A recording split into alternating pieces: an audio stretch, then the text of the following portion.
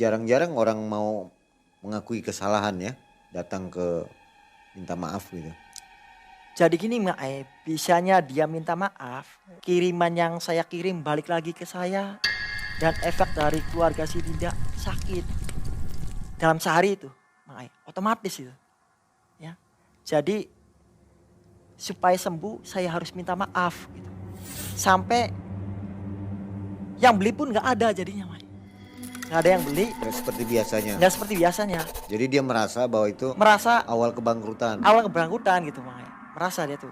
Dia tuh udah punya feeling Mak Ai. Ada usahanya mau bangkrut. Ditambah-tambah si keluarganya itu sakit. Bawa rumah sakit. Akhirnya dia tuh mungkin punya feeling. Akhirnya dia bilang gitu. Si keluarga si Olive ya udah saya juga minta maaf gitu. Kalau selama ini anak saya yang namanya Frankie punya salah. Dan tolong Bu minta dijenguk keluarga saya yang ada di rumah sakit. Tolong dijenguk. Mungkin ini adalah awal daripada kebangkrutan saya. Akhirnya si keluarga si Olive tuh ke sana, Mang Ai. Ke sana. Dan pada saat saya juga diajak Mang Ai ke rumah sakit tuh.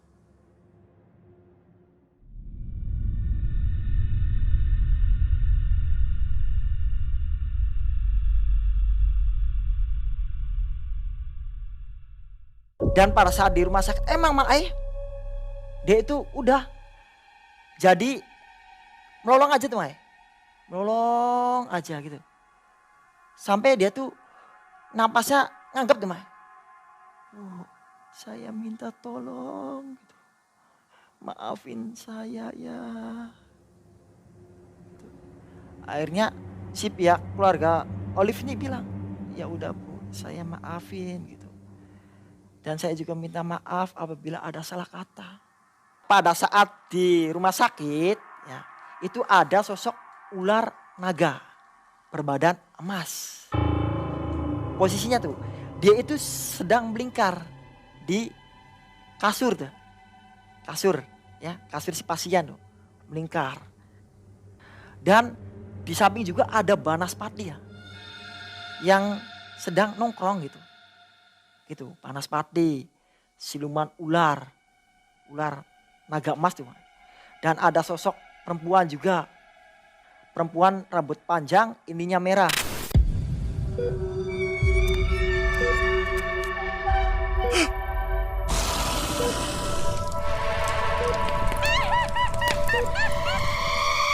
Kalau saya kena, majikan saya pun harus kena.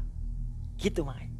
Akhirnya semenjak itu sampai sekarang yang tadinya melejit usahanya Mang Ai,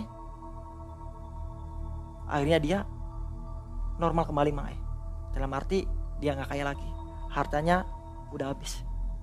Berarti ini ada sebenarnya ada dua kasus ya. Ada dua kasus Mang. Dan pesugihan ini sebenarnya tidak diketahui. Tidak ketahui. Hanya yang diketahuinya itu ketika melakukan santet ya. Melakukan santet gitu. Akhirnya ini terbongkar. Terbongkar gitu. Jadi nggak ada hubungan sebenarnya ya. Nggak ada hubungan, nggak ada gitu.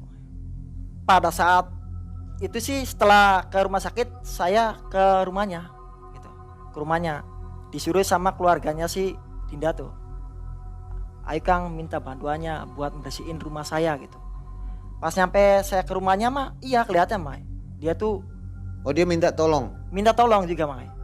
Minta tolong ke saya untuk yang buangin gitu mah. Netralisir energi negatif yang ada di tokonya tuh. Akhirnya saya netralisir di situ Mang Ai. Kemudian ternyata di situ juga nongkrong makhluknya tuh Mang. Makhluk seperti barongan tuh Mang. Nah, saya kan tanya gitu sama makhluk barongan deh. Ya. Kamu di sini ada apa? Gitu. Jaga di toko di sini. Ya, ini bisanya kaya karena saya. Lah bisanya kamu ngayen ini gimana? Karena keluarga ini minta pesugihan sama saya. Akhirnya saya selalu mendiamin rumah ini. Gitu. Kata si makhluk barongan. Memang di kampung itu banyak korban? Banyak Mang Ai. Banyak korban. Mula terkuapnya saya kan bertanya sama keluarganya si Dinda. Pak, saya mau nanya gitu.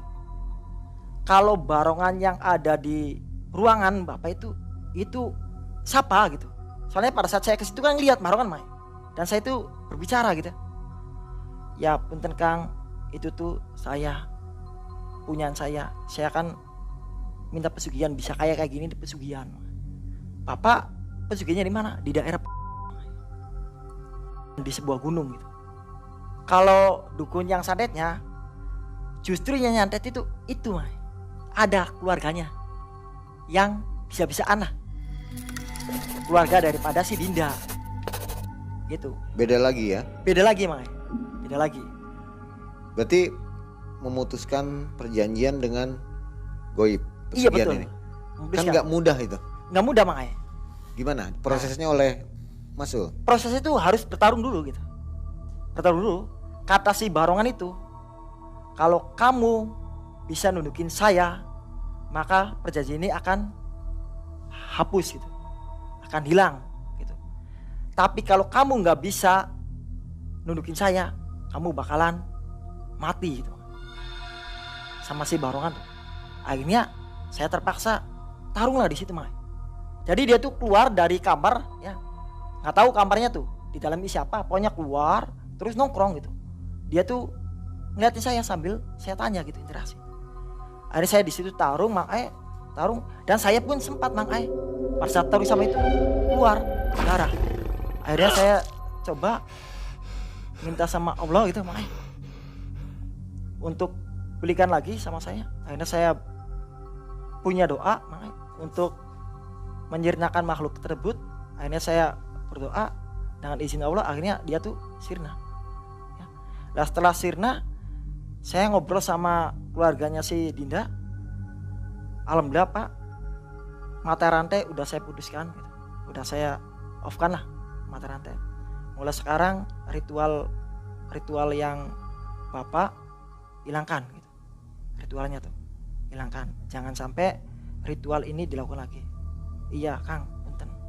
Kok bisa mudahnya memutuskan perjanjian dengan goib itu ya, pesugihan? Iya, ini yang Mas Ul ini iya. Keturunan dari mana? Ada terah apa?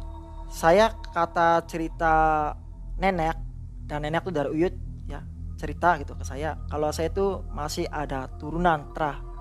Dulunya lur saya itu bisa ngobatin orang. Dan lur saya itu dulunya bisa nyempurnain makhluk gitu.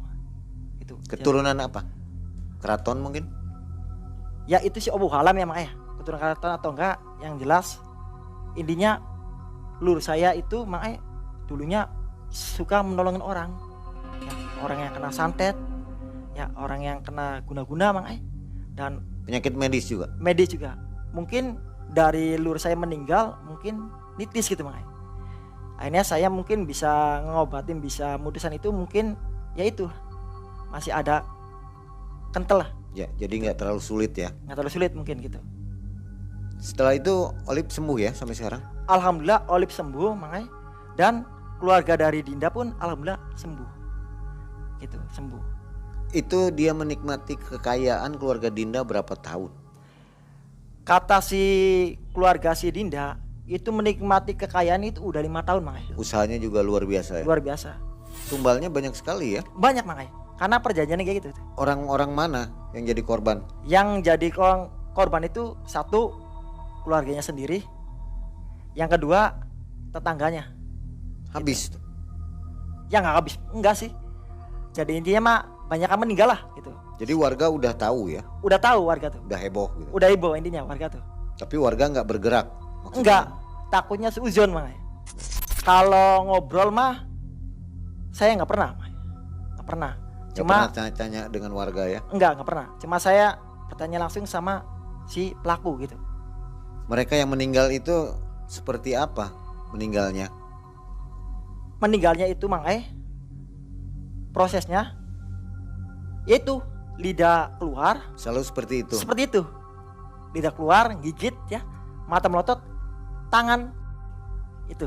Jadi mirip dengan si Olip ya. Nah mirip seperti Olip tuh. Mungkin kalau Olip meninggal juga akan dijadikan tumbal ya. Bisa jadi kayak gitu makanya. Jadi sekalian begitu. Sekalian gitu. Sekalian santet, sekalian jadiin tumbal. Iya gitu. Jadi intinya bisanya numbalin si Olip. Faktor pertama itu satu sakit hati. Yang kedua keluarga Dinda ini belum dapat tumbal. Iya. Jadi terpaksa numbalin itu makanya buat pesugihan. Ya. Tuh. Jadi yang ngirim santet ini dari keluarganya juga ya? Dari keluarganya juga makanya. Sempat bentrok. Bentrok. Jadi keluarga si Dinda itu satu dia ada yang pesugihan, yang satu ada orang bibisaan. Gitu makanya. Gitu. Sempat bentrok makanya. Ya pada saat duduk nih makanya. Ya seperti orang nembak gitu makanya. Seperti orang nembak. Jadi ini nih kayak tusuk jarum tuh makanya. Set gitu di sini. Kerasa gitu. Cuman saya kan alhamdulillah makanya minta perlindungan sama Allah gitu. Akhirnya ya udah saya hirokan aja lah gitu. Hirokan. Sampai di situ sehat semua ya keluarga. Alhamdulillah hikmah di balik itu semua keluarga Olivia sehat, si keluarga Dindaya sehat makanya, dan alhamdulillah rukun kembali dan saling menerima gitu. Ya. Gitu, saling menerima. Mungkin belum jodohnya kata pihak keluarga si Dinda, begitupun keluarga si Olive gitu. Kekayaan keluarga Dinda ini menurun. Yang menurun, makanya. Yang tadinya biasanya tuh pembeli itu banyak ya, banyak itu, banyak yang beli beras, beli gas. Sekarang nggak ada makanya. Sejak kejadian itulah. Ya. Masih jalan tapi. Masih jalan, cuman ya itu nggak ada yang beli jadinya. Ada juga beli cuma satu orang gitu. Karena warga udah tahu ya. Karena warga udah tahu. Makanya. Oke, dengan demikian akhirnya pengobatan dari Mas Ul berhasil ya menyembuhkan keluarga Olip dan keluarga Dinda. Mas Ul, untuk menghindari hal-hal serangan-serangan seperti santet dan akan ditumbalkan itu ada tips nggak seperti apa? Kayak ada makanya. Tipsnya satu, ibadah yang rajin. Yang kedua, sering istiqomah. Istiqomah. Dalam arti istiqomah itu selalu mengingat sama Sang Maha Pencipta yaitu Allah gitu makanya. Itu tipsnya. Insya Allah susah masuk ya. Insya Allah ya aman gitu. Dalam arti ya dilindungi lah gitu. Untuk bacaan-bacaan tertentu ada? Kalau masalah bacaan mah sesuai dengan kepercayaan masing-masing mah. Sesuai dengan kepercayaan masing-masing karena hanya orang-orang